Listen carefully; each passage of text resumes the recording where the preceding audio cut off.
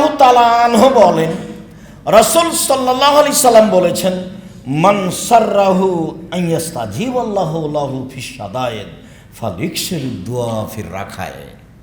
যে ব্যক্তি চায় যে বিপদে পড়লে যেন আমার কথা আল্লাহ তাড়াতাড়ি কবুল করেন, যখন আমি দুনিয়াতে বিপদগ্রস্ত হব তখন আমি বললেই যেন আল্লাহ মেনে নেন, এইটা যে চায় সে যেন ভালো অবস্থায় বেশি বেশি প্রার্থনা করে, বেশি বেশি দোয়া করে। হলো? সম্মানিত দিনী ভাই বোন, মধ্যখানে একটি কথা, বুখারী মুসলিমের হাদিস, আব্দুল্লাহ ইবনে আব্বাস রাদিয়াল্লাহু তাআলা আনহু বলেন, নি'মাতান মাকবুলুন ফীহিমা কাসীর মিনান নাস। আল্লাহর পক্ষ থেকে দুটি অনুগ্রহ আছে। এই ছেলে, ঘুমাচ্ছ কেন? সরে বসো। সম্মানিত দিনী ভাই বোন, আল্লাহর পক্ষ থেকে দুটি অনুগ্রহ আছে। আল্লাহ বলছেন যে এই অনুগ্রহ আমি যে জন্য দিয়েছি সেটা মানুষ ভুল বুঝেছে, আমি তো এই জন্য দিইনি। আল্লাহ বলছেন আমার পক্ষ থেকে দুটো অনুগ্রহ আছে, দুটো দয়া, দুটো অনুগ্রহ। কি? আসসাহাত, শরীরের সুস্থতা, এটা আল্লাহর দয়া, এটা আল্লাহর অনুগ্রহ। তো আমি তাকে শরীরের সুস্থতা দিয়েছি আমাকে চিনার জন্য, আমাকে জানার জন্য, আমাকে কিছু বলবে এই জন্য, কোরআন তেলাওয়াত করবে, একটু তাসবিহ তাহলিল করবে, এরকম কিছু করবে বলবে এই জন্য। তো শরীরের সুস্থতা তো দোকানে বসে আড্ডা পিটে, তো ভুল বুঝলো, আমি তো এই জন্য দিইনি। আল্লাহ রাসূল বলছে, দুই আল ফারাগ, অবসর। আমি মানুষের জীবনে অবসর দিয়েছি। যারা ব্যবসা করে 10টায় দোকান খুলে রাত 10টায় বন্ধ করে, তাহলে 10টা থেকে 10টা পর্যন্ত ব্যস্ত, বাকি টাইম অবসর। আমরা তো মনে করি চাকরি রিটায়ার্ড হলে অবসর, না, মানুষের জীবনে একটা ব্যস্ততা আছে আর অবসর আছে। যারা চাকরি করে তারা যায় 10টায়, যায় বিকাল 5টায় ফিরে আসে, বাকি টাইম তার অবসর। যারা জমি চাষ করে সকালে চলে যায়, আমি আমার আব্বাকে দেখেছি সন্ধ্যার সময় সূর্য ডুবলে আসে, তো বাকি টাইম তার অবসর। তো অবসর সময় কি আমি দিয়েছি তাকে আড্ডা পিটার জন্য, এইভাবে মানুষের বদনাম ঘুরে বেড়ার জন্য, দাঙ্গা মাহাঙ্গামা করার জন্য? তো আমি তাকে অবসর সময় দিয়েছি আমাকে কিছু বলবে এই জন্য। ও ভুল বুঝেছে। তাহলে মানুষ ভুল বুঝছে কোন দুটা জিনিসে? শরীরের সুস্থতাই আমি যে জন্য দিয়েছি সে করেনি। দুই, অবসর। আমি মানুষের জীবনে যে জন্য অবসর দিয়েছি সেটা মানুষ করেনি, ও ভুল বুঝেছে, ধোঁকা খেয়ে গেছে। বুখারী মুসলিম। সম্মানিত দিনী ভাই বোন, প্রার্থনা। আবু হুরায়রা রাদিয়াল্লাহু তাআলা আনহু বলেন, রাসূল সাল্লাল্লাহু আলাইহি ওয়াসাল্লাম বলেছেন, লা তাদু আলা আনফুসিকুম ওয়ালা আওলাদিকুম ওয়ালা আমওয়ালিকুম। পৃথিবীর মানুষ, তোমরা নিজের ব্যাপারে বদদুয়া করো না, নিজের ব্যাপারে অপ্রয়োজনীয় প্রার্থনা করো না। বেঁচে থাকার চেয়ে মরে যাওয়াই ভালো, এত ঝামেলা। অর্থ সম্পদের ব্যাপারে বদদুয়া করো না, এইসব অর্থ সম্পদ থাকার চেয়ে না থাকাই ভালো। ঝামেলা, এই ঝামেলা সেই ঝামেলা, মামলা মোকদ্দমা, জমি জায়গা, এ কথা বলতে পাবা না। ছেলে মেয়ের জন্য বদদুয়া করতে পাবে না, ছেলে মেয়ে যতই খারাপ হোক। ছেলে মেয়ে মেরেছে, ছেলে মেরেছে, কথাই ঠিক, তো আপনি বলতে গেলেন কেন যে তোকে ত্যায্যপুত্র করলাম? তো আপনি তাড়াহুড়া করে অজু করে ঘরে ঢুকে 2 রাকাত সালাত আদায় করে আল্লাহকে বলেন, আমি তো এই ছেলে চাইনি, ছেলে ফিরিয়ে দাও। অবাক, আমার ছেলে আমাকে মারবে কেন? আমি তো এই ছেলে চাইনি, আমি তো এই জন্য ছেলে মানুষ করিনি, আমার ছেলে আমাকে ফিরিয়ে দাও। আমার ছেলে আমাকে মারবে কেন এই অভিযোগ তোমার কাছে? আমি তো এই জন্য মানুষ করিনি। 24 ঘন্টার মধ্যে সকাল হতে হতে ছেলে যেন আমার কাছে ফিরে আসে, এটা তোমার কাছে দাবি। জোরালোভাবে বলছি, খুব জোরালোভাবে বলতে হবে, একটু পরেই বলছি। সকালে দেখবেন ছেলে আপনার কাছে ক্ষমা চাচ্ছে, এই যে ছেলে ফিরে এসেছে, আমার ছেলে আমাকে ফিরিয়ে দেন। আমার ছেলে আমাকে গালি দিবে কেন? আমি তো এই জন্য লালন পালন করিনি, তার পিছনে আমার পরিশ্রম আছে। আমার স্ত্রী তাকে দুধ খাওয়াইছে, তাকে লালন পালন করেছে, তেল কাজল দিয়ে অনেক শ্রম দিয়েছে, আমাকে গালি দিবে মানে? আমি তো এটা চাইনি। আপনি আপনার মতো বলেন। সম্মানিত দিনী ভাই বোন, আবু হুরায়রা রাদিয়াল্লাহু তাআলা আনহু বলেন, রাসূল সাল্লাল্লাহু আলাইহি সাল্লাম বলেছেন, উদুল্লাহ মুকিনিনা বিল ইজাবা, দোয়া করো এই দাবিতে যে কবুল করতে হবে, বিশ্বাস রেখে কবুল হবে, শক্তভাবে বলবেন, জোরালো দাবি রেখে বলবেন। কেন? আল্লাহ মনে রেখো, আন্নাল্লাহ তাআলা লা ইস্তাজিবু মিন কলবিন গাফিলিন লাহিন, অমনোযোগী ব্যক্তির দোয়া কবুল হয় না। করতে হবে, তাই করে যে দেখছেন না, ঢাকা শহরের পাশাপাশি বসবাস করছেন, সালাম ফিরার পরেই বলছে বিহাক্কি লা ইলাহা ইল্লাল্লাহ ইয়া আরহামার রাহিমিন। এগুলো কোনো দোয়া হলো? সবাই এতে খুশি। এটা না হলে মানুষ খেপে যাচ্ছে। তো এইটা তো প্রার্থনা নয়। সম্মানিত দিনী ভাই বোন, রাসূল সাল্লাল্লাহু আলাইহি ওয়াসাল্লাম বলছেন শক্তভাবে দোয়া করো, দোয়া কবুল করতেই হবে। কেন? যে শক্তভাবে বলে না, দৃঢ়তার সাথে বলে না, আল্লাহ তার দোয়া কবুল করবেন না। বলতে তোমার সমস্যাটা কোথায়? আমি তো দিতে পারি, তুমি আমাকে বলো। আমি বড় অপরাধী, আমি বড় গুনাহগার, তুমি বড় দয়াবান, তুমি বড় ক্ষমাবান, তুমি আমাকে ক্ষমা ভিক্ষা দাও, আমি রাত পার করতে রাজি নই, আমাকে ক্ষমা করো। আমার অর্থ সম্পদের ক্ষতি দেখছি, সেগুলো পূরণ করে দাও, যা যা প্রয়োজন সব দাবি জানান। না, আপনার দাবি শোনার জন্য তিনি প্রতীক্ষমান রয়েছেন। সম্মানিত দিনী ভাই বোন, বিশেষ প্রার্থনা আল্লাহর কাছে চাইতে হবে। মুখখান বন্ধ রাখলে আল্লাহ তাআলা অসন্তুষ্ট হবেন, মুখ খুললে আল্লাহ তাআলা সন্তুষ্ট হবেন। সময়ের গতিতে আল্লাহ আপনাকে দিয়ে দেবেন ইনশাআল্লাহ। আল্লাহ তুমি আমাদের বুঝে আমল করা তৌফিক দান করো। আল্লাহুম্মা সাল্লি আলা।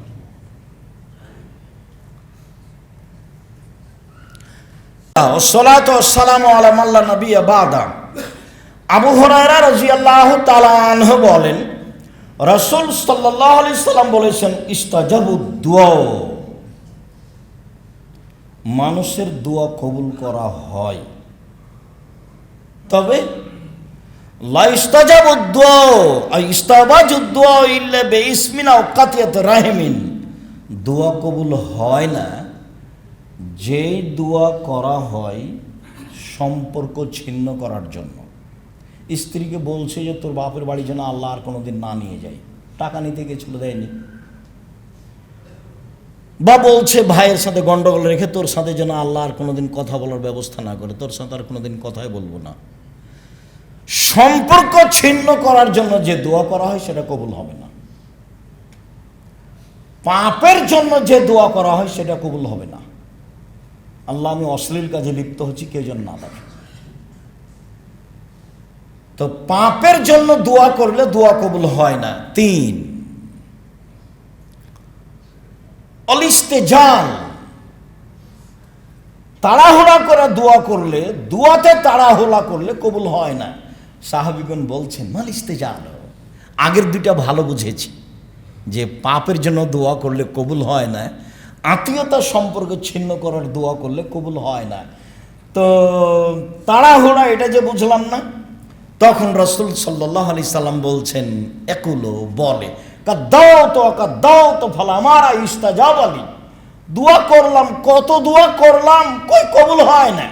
ফায়াস্তাহসিরু, তখন অলস হয়ে যায়, ওই সময় এত দোয়া ছেড়ে দেয়, এই দোয়া কবুল হবে না। আপনি তো অবগত হলেন আমার দোয়া কবুল হবে, আর না হয় সে পরিমাণ ক্ষতি সরে যাবে, আর না হয় সেটা আমি তার বিনিময়ে জান্নাত আছে 3টে, হয় আমি পেয়ে যাব, না হয় অন্যায় ঠেকানো হবে, আর না হয় জান্নাত হবে, আমার তো মিস যাবে না। আপনি অলস হলেন কেন? আর চাইলেই হবে, এত আপনি তাড়াহুড়া করছেন কেন? আপনি তো একজন মানুষ, তাড়াহুড়া করলে কি হবে? সময় লাগবে। নবী দোয়া করছেন নবীর জন্য, ইয়াকুব আলাইহিস সালাম দোয়া করছেন ইউসুফ আলাইহিস সালামের জন্য, ছেলে হারিয়ে গেছে, চোখে দেখতে পান না, কান্নাকাটি করতে করতে 25 বছর পরে দোয়া কবুল হয়েছে। মুহাম্মদ সাল্লাল্লাহু আলাইহি সাল্লাম বদদোয়া করেছিলেন খুব অপমান অবস্থায়, সালাতে সিজদায় গেছেন, তখন আবু জাহাল বলছে, এই কে আছো? বুখারী মুসলিমের হাদিস। মুহাম্মাদের মাথার উপরে উটের ভুঁড়িটা চাপিয়ে দাও তো উটের ভুঁড়ি তো ময়লা জায়গাতে পড়ে আছে, তো যারা অন্যায় করতে চায় তারা নিয়ে এসে মাথার উপরে চাপিয়ে দিয়েছে, দিয়ে হাসছে তারা। এখন কে বললো, ফাতেমা দেখো তোমার আব্বা তো উঠতে পারছে না। তো ফাতেমা দৌড়িয়ে এসে সরালেন উঠে। তখন আল্লাহ রাসূল অপমান অবস্থায় বলছেন, আল্লাহ এই উতবা সাহেব আবু জাহালেদের ধ্বংস করো। এই দোয়া কবুল হয়েছে 12 বছর পরে। অপমানের দোয়া তিনি অপমান অবস্থায় বলেছেন। যেদিন দোয়া কবুল হবে বুঝতে পারছেন, সেদিন দাগ দিয়ে দিয়েছিলেন বদরের মাঠে। শোনো, উতবা এখানে পড়বে, যে আমি আঙ্গুল দিয়ে দাগ দিয়ে দিলাম, এখানে সাহেবা, এখানে ওয়ালিদ ইবনে মুগিরা, এখানে আবু জাহাল। সাহাবী বলছেন, যুদ্ধের পরে দেখছি দাগের উপরে পড়ে আছে সব, যার যার নামে এখানে আছে। দোয়া কবুল হবেই, নিরাশার কিছু নেই। সম্মানিত দিনী ভাই বোন, তাড়াহুড়া নেই। 3 শ্রেণীর মানুষের দোয়া কবুল হবে না। 1, পাপের জন্য দোয়া করলে দোয়া কবুল হবে না। 2, আত্মীয়তা ছিন্ন করার জন্য দোয়া করলে দোয়া কবুল হবে না। 3, তাড়াহুড়া করলে দোয়া কবুল হবে না। আবু হুরায়রা রাদিয়াল্লাহু তাআলা আনহু বলেন, অন্য এক বর্ণনায় এসেছে আবু দারদা রাদিয়াল্লাহু তাআলা আনহু বলেন, রাসূল সাল্লাল্লাহু আলাইহি সাল্লাম বলেছেন, দাওয়াতুল মুসলিম লি আখি বিজাহরিল গায়বি মুস্তাজাবাতুন। কোন ভাই যখন কোনো ভাইয়ের জন্য দূর থেকে, অন্তরাল থেকে, আট থেকে দোয়া করে, তখন এই দোয়া কবুল হবেই। আপনি যখন আপনার কোনো ভাইয়ের জন্য দোয়া করবেন যে আপনার পাশে নেই, আপনি কারোর জন্য দোয়া করছেন, এ দোয়া কবুল হবেই। এই দোয়া কবুলের আরো বিশেষত্ব রয়েছে। সেটা হলো এই, আল্লাহ রাসূল বলছেন, ইনদা রাসিহি মালাকুন মুআক্কাল। যখন কোনো ব্যক্তি তার ভাইয়ের জন্য কল্যাণের দোয়া করে, তখন তার মাথার পাশে একজন ফেরেশতা থাকেন। যখনই তার ভাইয়ের জন্য কোনো কল্যাণের দোয়া করে, আল্লাহ তুমি তার অর্থ সম্পদে বরকত দান করো, আল্লাহ তুমি তার রুজি রোজগারে বরকত দান করো, আল্লাহ তুমি তাকে পরহেজগারিতা দান করো, আল্লাহ অমুক ব্যক্তিকে তুমি হেদায়েত দান করো, এরকম যখন মানুষ দোয়া করে, তখন এই দোয়া কবুল হবেই। তখন ওই মাথার পাশে নির্ধারিত ফেরেশতা বলেন, ফায়াকুলুল মালাকুল মুআক্কাল বিহি, নির্ধারিত ফেরেশতা বলেন, আমিন, আল্লাহ তুমি কবুল করো। আলাকা বিসলিন, তুমি যে তার জন্য দোয়া করলে তোমার জন্য তাই, তুমি তার জন্য যা করলে তোমার জন্য তাই, তুমি তার জন্য যা দোয়া করলে তোমার জন্য তাই। তা আপনি কি শত্রুর জন্য দোয়া করতে পারবেন? মনটা তো তার উপরে খুব খারাপ হয়ে আছে। এই জন্য কোনো দল সংগঠন মাথায় রাখবেন না,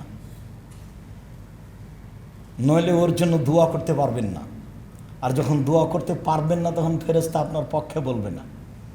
আপনি যখন কারোর জন্য দোয়া করবেন, তখন ফেরেশতা আবার আল্লাহকে বলবেন যে আল্লাহ তুমি এটা কবুল করো, আর যে দোয়া করছে ওর জন্য, যে করছে ওর জন্য তাই করে দাও, ওর জন্য তাই করে দাও। ও যে আর একজনের জন্য বললো, তুমি তার জন্য করে দাও। তো ও লস খাবে, ও আরেকজনের জন্য বলছে, তো তুমি ওটা তার জন্য করে দাও। তাহলে ফেরেশতা 2 জনের জন্য বলেন, আপনার জন্য আর তার জন্য। হাদিস বুখারী মুসলিম। আবু হুরায়রা রাদিয়াল্লাহু তাআলা আনহু বলেন, রাসূল সাল্লাল্লাহু আলাইহি সাল্লাম বলেছেন, সালাসাত দাওয়াতিন মুস্তাজাবাতুন লা শাক্কা ফিহিন্না। 3 শ্রেণীর মানুষের দোয়া কবুল হবেই, মিস যায় না। 1, দাওয়াতুল মুসাফির, মুসাফিরের দোয়া। যখন সফরে থাকবেন, তখন নিজের জন্য, আহল পরিবারের জন্য, জাতির জন্য দোয়া করবেন, দোয়া কবুল হবে, তাতে সন্দেহ নেই। 2, দাওয়াতুল ওয়ালিদ, পিতামাতার দোয়া। ভুলেও কখনো বদদোয়া করবেন না ছেলে মেয়ের জন্য। বদদোয়া করলে ছেলে মেয়ের জন্য বাপ মায়ের দোয়া কবুল হয়ে যায়, নিশ্চিত হবে, এই কথা আল্লাহ রাসূল বলছেন, যাতে কোনো সন্দেহ নেই। আর আপনার তো জানা আছে, ওই যে জোরায়েজের মা জোরায়েজকে বলল, জোরায়েজ, তখন জোরায়েজ সালাত আদায় করছিল। জোরায়েজ ভাবছে যে মায়ের সাথে কথা বলবো না সালাত আদায় করবো, মায়ের সাথে কথা বলবো না সালাত আদায় করবো, একটু দেরি হয়ে গেছে।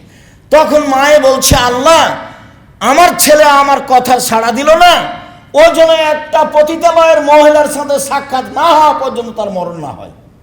উল্টা দোয়া, কঠিন দোয়া, দোয়া তো কবুল হয়ে গেছে। একজন মহিলা এসে বলছে যে আমি তোমার সাথে অশ্লীল অন্যায় কাজ করতে চাই। না না, তা তো হবে না। তখনও একটা রাখালের সাথে অন্যায় করে একটা সন্তান জন্ম নিল, দিয়ে বলল মহিলা যে এই ছেলেটা হলো জোরায়েজের। জনগণ এসে জোরায়েজের ঘর বাড়ি ভেঙে দিল, একে একবারে রাস্তায় টেনে নামিয়ে হেঁচড়ে গালিগুলো যে ভর্তি করলো। জোরায় উজু করলেন, 2 রাকাত সালাত আদায় করলেন।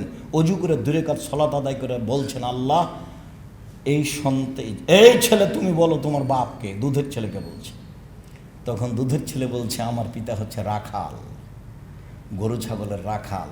দেখেন উপদেশ বইয়ে আল্লাহ ভরসার আলোচনাতে দেওয়া আছে। একে বল, হ্যাঁ আল্লাহ ভরসা। অজু করে 2 রাকাত সালাত আদায় করে ওই বাচ্চাকে বলছে যে তুমি বলো তোমার বাপকে। তখন দুধের বাচ্চা বলছে যে আমার পিতা হলো রাখাল। আর জনগণ বুঝেছে যে এই ছেলের পিতা হলো জোরাইজ। ওর মা বলে দিয়েছে, বাচ্চার মা। ভুলেও কখনো ছেলে মেয়ের জন্য বদদোয়া করবেন না, যেটা বলেছি সেটাই করবেন। ছেলে অন্যায় করেছে, মেরেছে, আল্লাহর কাছে ফেরত চান। আপনি তো এই জন্য ছেলে মানুষ করেননি, করবেন কেন? 2 দাওয়াতুল মাজলুম, মাজলুমের দোয়া। ভুলেও কোনোদিন মানুষের প্রতি জুলুম করিয়েন না। যখন বুঝতে পারছেন এটা জুলুম, ফিরে আসবেন। যখন আপনি বুঝতে পারছেন এটা জুলুম, তখন ফিরে আসবেন। ভুলেও কোনোদিন মানুষের উপর দাপট দেখাবেন না, ক্ষমতা দেখাবেন না। বহুদিন বলেছি, যারা সবচেয়ে ক্ষমতা দেখিয়েছে তারা 2-1 মিনিটে মরে গেছে, আদ সামদ। আর যারা তার পরবর্তীতে ক্ষমতা দেখিয়েছে ফেরাউন, তারা 5-7 মিনিটে মারা গেছে, ফেরাউন ডুবে গেছে। আর আপনাদের নেত্রীর বয়স ছিল 45 মিনিট, মনে কিছু নেবেন না। ক্ষমতা দেখিয়ে, দাপট দেখিয়ে 1 মিনিট বেঁচে থাকার চেষ্টা করবেন না, ভুল হিসাব। দাপট মিশে যায় তা আপনার চোখের সামনে, আপনি নিজে দেখেছেন। খুলনার অঘোষিত সম্রাট এরশাদ শিকদার মেয়ের মাথায় হাত দিতে পারেনি, সুযোগ পায়নি, ক্ষমতা টিকে না।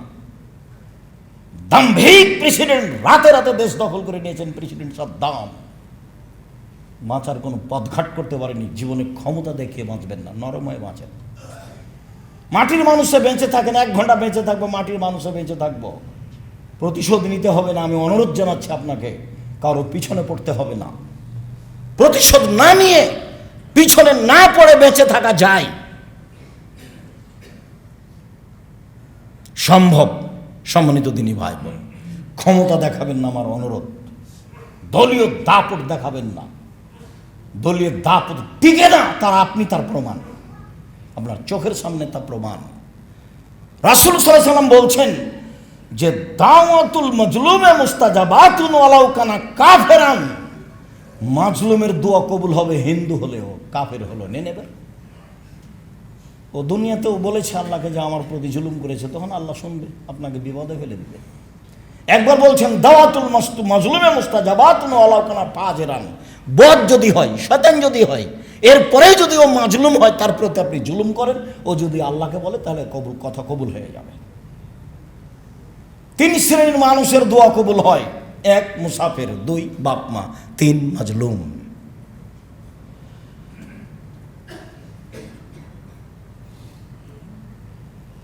মুআয ইবনে জাবাল রাদিয়াল্লাহু তাআলা আনহু বলেন, রাসূল সাল্লাল্লাহু আলাইহি ওয়াসাল্লাম বলেছেন, মা মিন মুসলিমিন ইয়াবিতু আলা যিকরিন তাহিরান ফায়াতাহাররা মিনাল লাইলি। যে কোনো মুসলিম পুরুষ নারী রাতে দোয়া পড়ে শয়, অজু অবস্থায় শয়, ভোর রাত্রে উঠে আল্লাহকে বলে, যা বলবে তাই হবে। দোয়া কবুলের সময় বা দোয়া কবুলের অবস্থায় আমরা চলে আসলাম। মুআয ইবনে জাবাল রাদিয়াল্লাহু তাআলা আনহু বলেন, রাসূল সাল্লাল্লাহু আলাইহি সাল্লাম বলেছেন, মানুষ যদি দোয়া পড়ে শয়, দোয়া অনেক আছে, যেটা ছোট সেটা তো পারবেন অন্তত, আল্লাহুম্মা বিসমিকা মুতওয়াহিয়া। এমনি ঘুমিয়ে যান কেন? এমনি ঘুমিয়ে যাবেন কেন? এই অভ্যাস কেন? এটা আপনার কেন, আপনার স্ত্রীর কেন, ছেলে মেয়ের কেন? কি করেন বাড়িতে 24 ঘন্টা?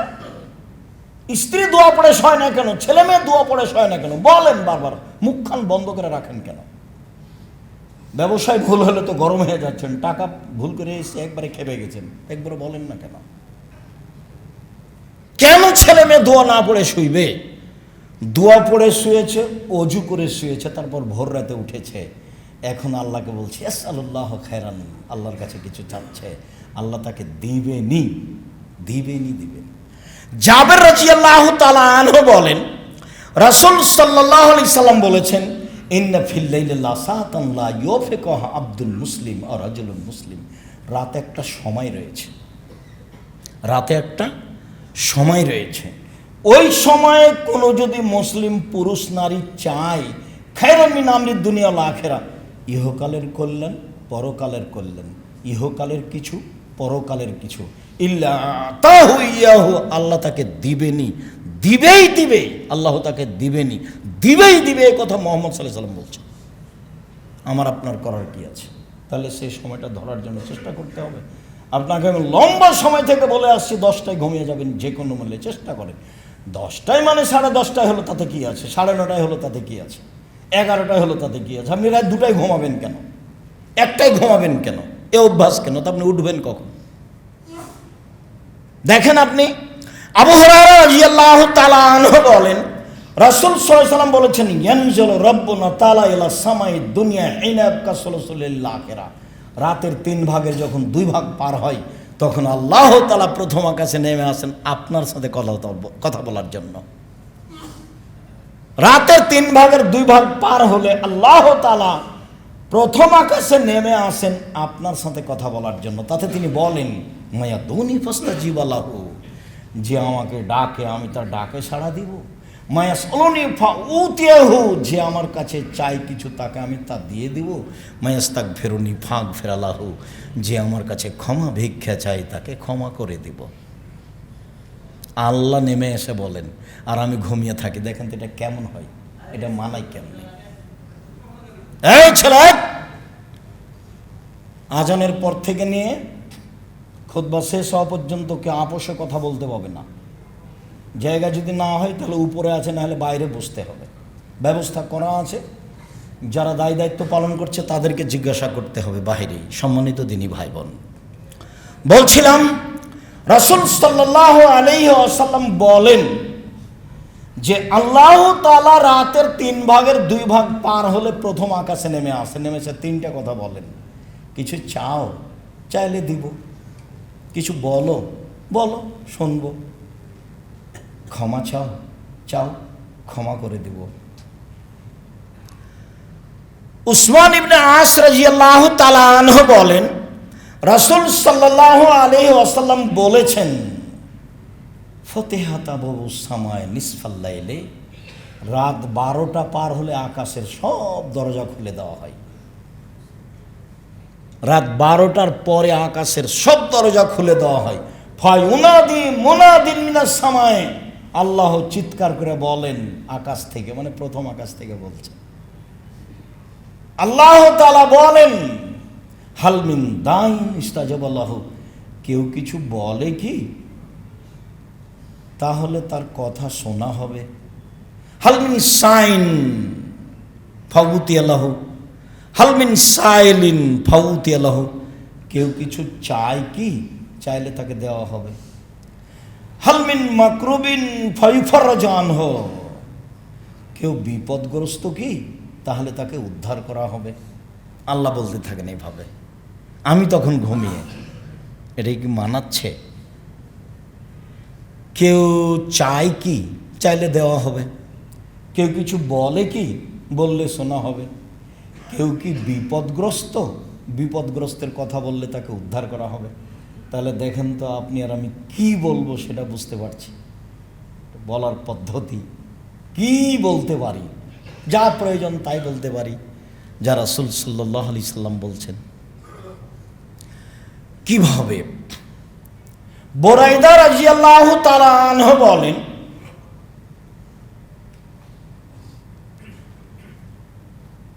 সামিয়া রাসূলুল্লাহ সাল্লাল্লাহু আলাইহি ওয়াসাল্লাম রাজুলান ইয়াকুলু, আল্লাহর রাসূল একজন লোককে বলতে শুনলেন।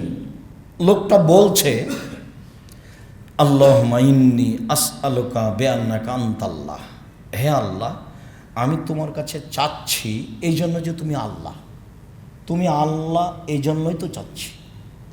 লা ইলাহা ইল্লা আনতা, তুমি ছাড়া তো কোনো মাবুদ নেই। আল আহাদু আস-সামাদ, তুমি একক নিরপেক্ষ মুখাপেক্ষীহীন। আল্লাযী লাম ইয়ালিদ ওয়া লাম ইউলাদ, যিনি কাউকে জন্ম দেননি, যিনি কারো কাছে জন্ম নেননি, আল্লাহ ইয়াকুল্লাহু কুফুয়ান আহাদ, তার সমকক্ষ কেউ নেই। এই পর্যন্ত যখন লোকটি বলল, তখন আল্লাহ রাসূল বলছেন দা আল্লাহ বিসমিহিল আজম। লোকটি ইসমে আজম দিয়ে প্রার্থনা করেছে, লোকটি ইসমে আজম দিয়ে প্রার্থনা করেছে। এই যা সুইলা বিহি আতা, এ দিয়ে চাইলে আল্লাহ দিয়ে দেন, এই দিয়ে চাওয়া হলে আল্লাহ দিয়ে দেন।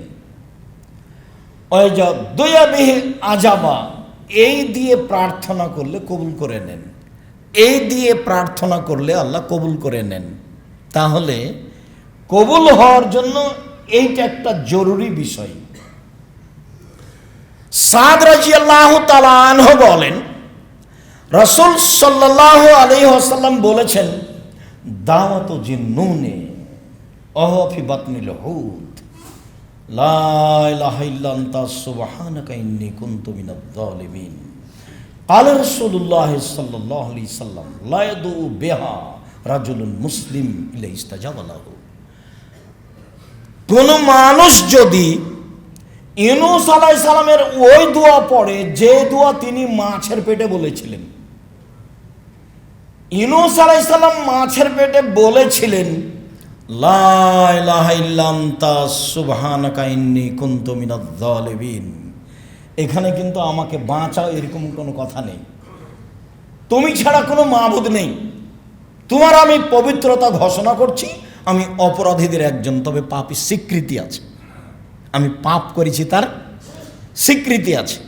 এক, তুমি ছাড়া কোনো মাবুদ নেই। দুই, তুমি পাক পবিত্র। তিন, আমি অপরাধী। এখন আল্লাহ বলছেন, ইউনূস যদি এই দোয়া মাছের পেটে না বলতো, তাহলে আমি ইউনূসকে কিয়ামত পর্যন্ত মাছের পেটে রেখে দিতাম। এই দোয়া দিয়ে আমি তাকে বাঁচিয়ে দিয়েছি।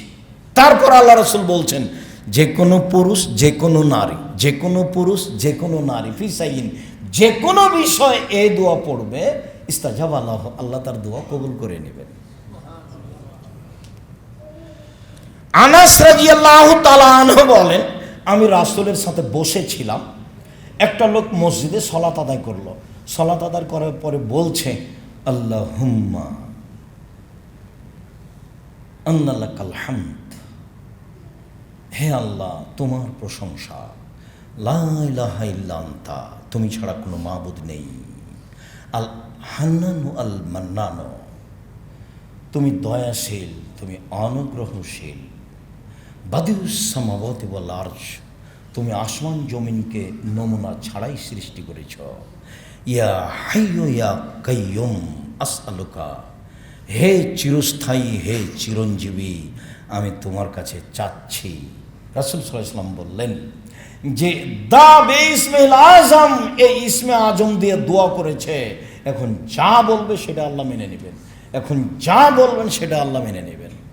তাহলে এগুলো সব ইসমে আজম, এগুলো আগে পড়তে হবে, তারপরে দুরুদ। সম্মানিত দিনী ভাই বোন, সালমান ফারসি রাদিয়াল্লাহু তাআলা আনহু বলেন, রাসূল সাল্লাল্লাহু আলাইহি ওয়াসাল্লাম বলেছেন, ইন্নাল্লাহা হাইয়্যুন কারীম, আল্লাহ হচ্ছেন লজ্জাশীল, সম্মানী। একে তো খুব সম্মানী আর লজ্জাশীল। সম্মানী মানুষ সব কাজ করতে পারে না, আবার খুব লজ্জা পায়।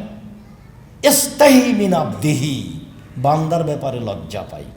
এই যা রাফা ইলাইহি ইয়াদাইহি আয়রুদু মাসিফরান, যখন হাতখান উঠিয়ে তার দরবারে বলে, তখন আল্লাহ ফিরিয়ে দিতে লজ্জা পায়। হাত উঠিয়ে যখন তার দরবারে বলে কিছু, তখন লজ্জা পায়। উনি নিজেই লজ্জাশীল, নিজেই সম্মানী। আবার বান্দা যখন হাত উঠিয়ে কিছু বলে, তখন খালি হাত ফিরিয়ে দিতে লজ্জা পায়। ইবনে আব্বাস রাদিয়াল্লাহু তাআলা আনহু বলেন, রাসূল সাল্লাল্লাহু আলাইহি সাল্লাম বলেছেন, আল মাসআলাতু আন তারফা ইয়াদাইকা হাজওয়া মানকাবাইকা, চাওয়া হচ্ছে তুমি তোমার হাতকে বুক সামনাসামনি উঠাবা। চাওয়া হচ্ছে তুমি তোমার হাতকে বুক সামনাসামনি উঠাবা।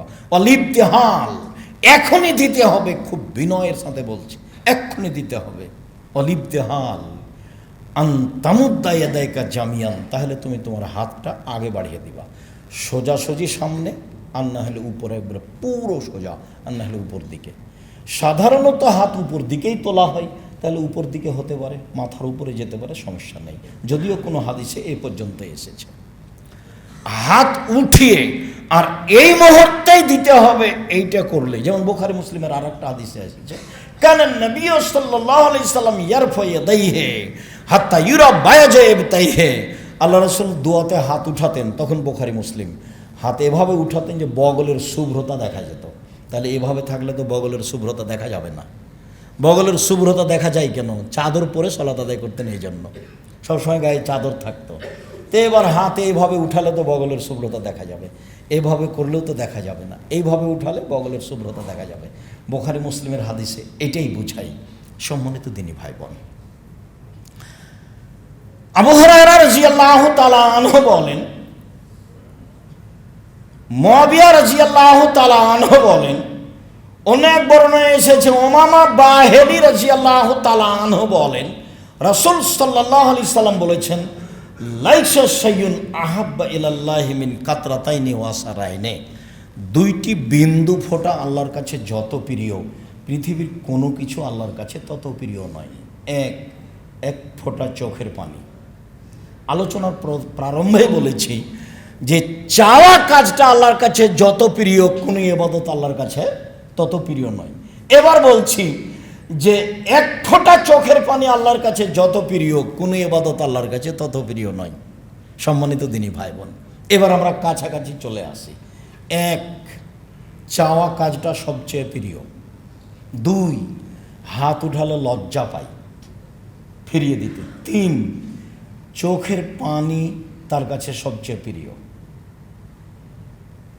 চার, ইসমে আজম, যেভাবেই হোক, কিছুই যদি মুখস্থ না থাকে তাহলে লা ইলাহা ইল্লা আনতা সুবহানাকা ইন্নী কুনতু মিনাজ জালিমিন।